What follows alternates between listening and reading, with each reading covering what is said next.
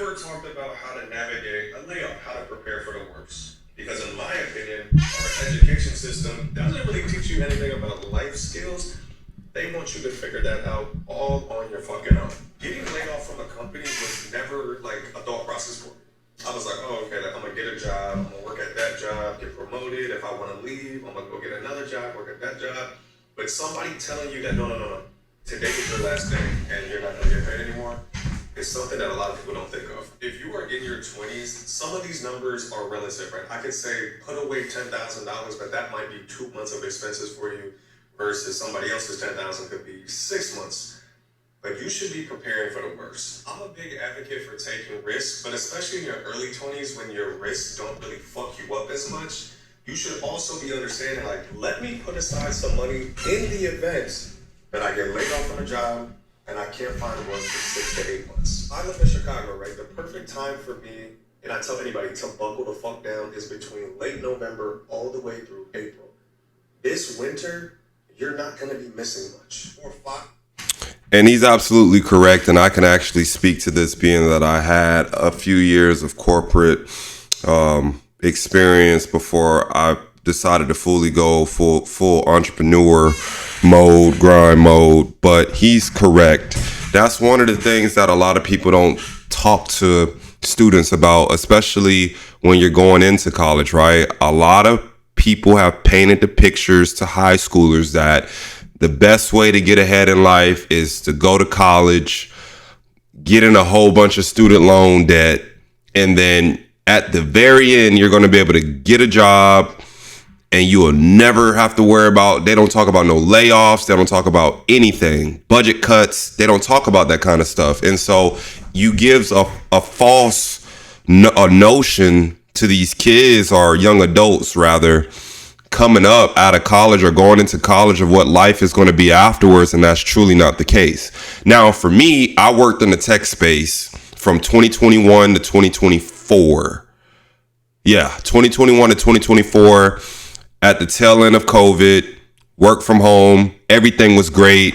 6-figure earner just from the corporate side, because I started my business simultaneously after college, just like alongside with my corporate job. And a lot of people just didn't know that I had a business on the side. But ultimately, I was blessed to be able to graduate college and get into a high 6-figure job, which ultimately I always knew it wasn't going to be a career. I knew it wasn't ordained for me to work for somebody for the rest of my life. But what he says is spot on, right? A lot of people graduate college and don't even have the financial skills to progress in society. And what I mean by that is, like you say, $10,000 for one person might be 2 months of emergency fund. The next person, it might be 6 months. It just all depends on your lifestyle and how much debt you're actually taking on. A lot of people don't understand, when you have an emergency fund, that emergency fund is going to last based off of how much debt you have. Whether it's student loan debt, credit card debt, personal loan debt, car loans, whatever the case may be, the more debt you have, the more money you have to have in your reserves. I'm always an advocate of 6 months emergency fund. And if you really want to push yourself, 6 months of full expenses, meaning stuff that, so emergency fund is strictly emergencies. What do you need to survive, right? Housing, transportation, food, no extracurricular activities, none of that. You really want to push yourself, you should be able to have 6 months of just total expenses saved up to where your lifestyle doesn't even change. If, let's just say, all your income was to go away tomorrow, right? What they don't talk about in these corporate spaces is that everybody's on a rotation. And I'm a firm believer in that. They do this, right? They will give you incentives, especially if you're in the tech space, you're in a big corporate space. They give you a lot of incentives in these packages that they give you before you sign on with the company. Let's just say, you have your set salary, but on top of your salary, right? At year 4, they're going to give you, let's say, 6 figures of stock options within that company. Like literally give you, let's say, $100,000 of stock. sometimes it's the company's job to make sure that some people just don't hit that number. Now, some people are going to challenge me on that in the comments and say, oh, that's not true. They can't do that. Trust me. If a company want to find out a way to lay you off before you are right before your incentive deadline, trust me, they're going to figure out a way to get rid of you, lay you off. Might have pressure coming down from the top coming down bottom. Your managers ain't gonna tell you that, obviously, but at the end of the day, your managers want to keep their job, so they're gonna do what they have to do. I've seen it working in corporate America. I've seen it come crashing down. It was a big layoff. The big tech layoff in 2023. For the ones that work in tech, they know exactly what I'm talking about. Google, Microsoft, Amazon, Oracle laid off tens, if not thousands of people. Tens, if not thousands of people. And what doesn't make sense in that situation is the stocks just kept going. Their stocks kept rising, right?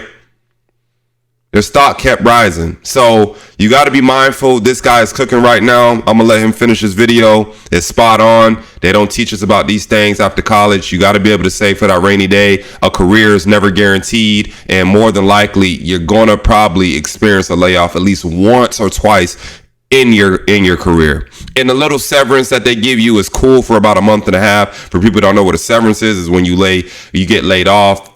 Bigger companies obviously can afford to be able to at least pay your salary up to a certain amount of time. Usually it's a month or two, right? Along with the benefits. And then after that, you're completely done. You're cut. It is what it is. After 6 months, maybe set a goal of setting aside $7,000, right?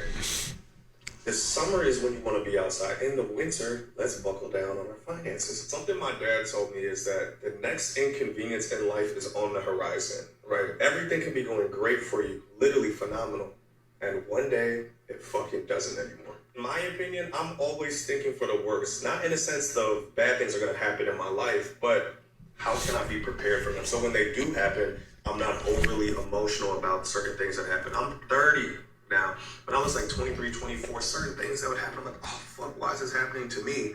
But once you have the mindset of, let me prepare for certain situations that do happen, and once they actually happen, you're okay mentally. Yeah. But it don't matter. A lot of y'all gonna see this video, a lot of y'all gonna hear this brother speak, and y'all still gonna go trick off on the money. Y'all still gonna go pay for the box. You're still gonna go pay for her hair, her nails.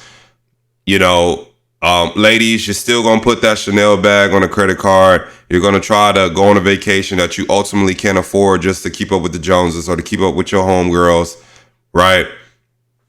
You guys ain't gonna listen. And he's right. That rainy day is going to come. The rainy day is gonna come, and the biggest mistake is ever thinking you're secure working for somebody else. That is going to be anybody's biggest downfall, thinking you're secure working for somebody else. When you're the boss, you can't fire yourself.